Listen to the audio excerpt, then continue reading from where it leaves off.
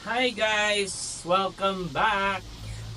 For today's video naman, unbox tayo ng fuel filter ng Strada at i-install na rin natin mamaya. Nagkaroon tayo ng check engine, nagpudry ng Zambales. So, bumili na tayo ng lumabas doon na fuel filter yung problema. So, bumili lang ako sa Shopee sa Shopee. And dumating na siya. So, unbox na muna natin and install natin mamaya.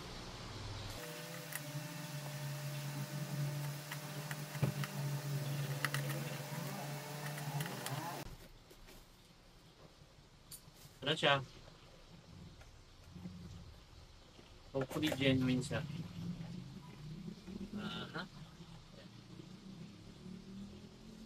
Ito yung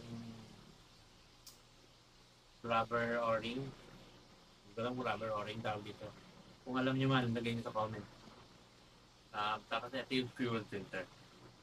Napanood na tayo ng YouTube kung paano to. So install natin and pakita ko na rin kung paano install.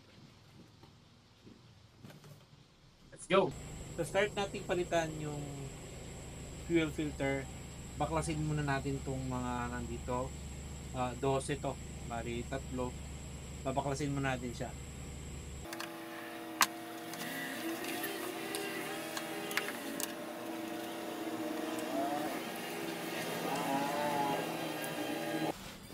So yun, after nating matanggal tong cap,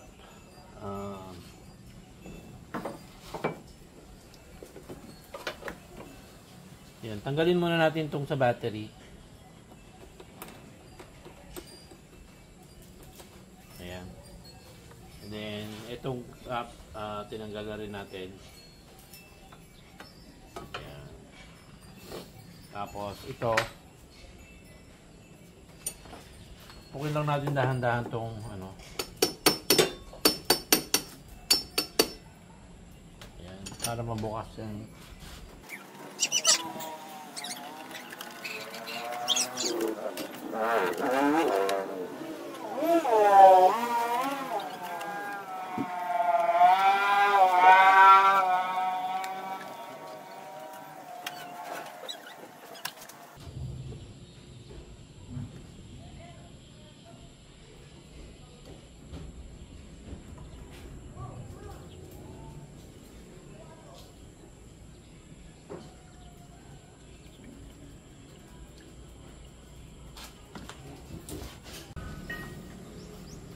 So yan, matapos nating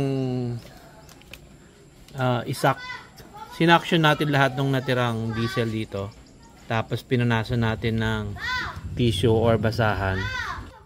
So ito, pinunasan na natin para malinis. So, yan. So malinis na siya.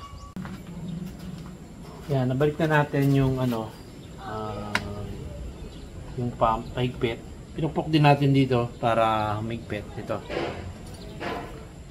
Para may adjust natin na mahigpit mabuti. Tapos susunod, ipapump natin ito hanggang sa tumigas.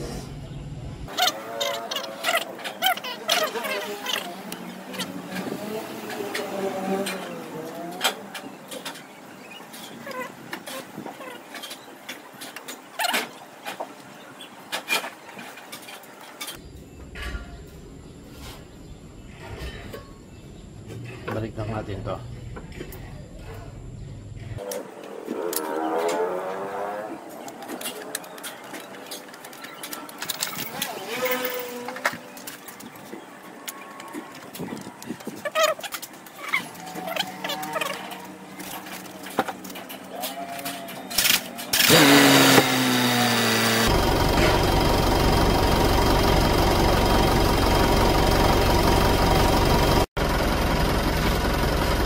Binalik na natin yung cap.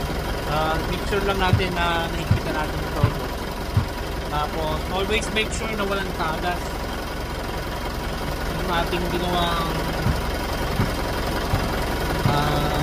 pagbabalik ng cap or nung lalagyan ng fuel filter, kasi kung may tagas pwedeng mamatay yung makina, which purchase na experience mo ngayon?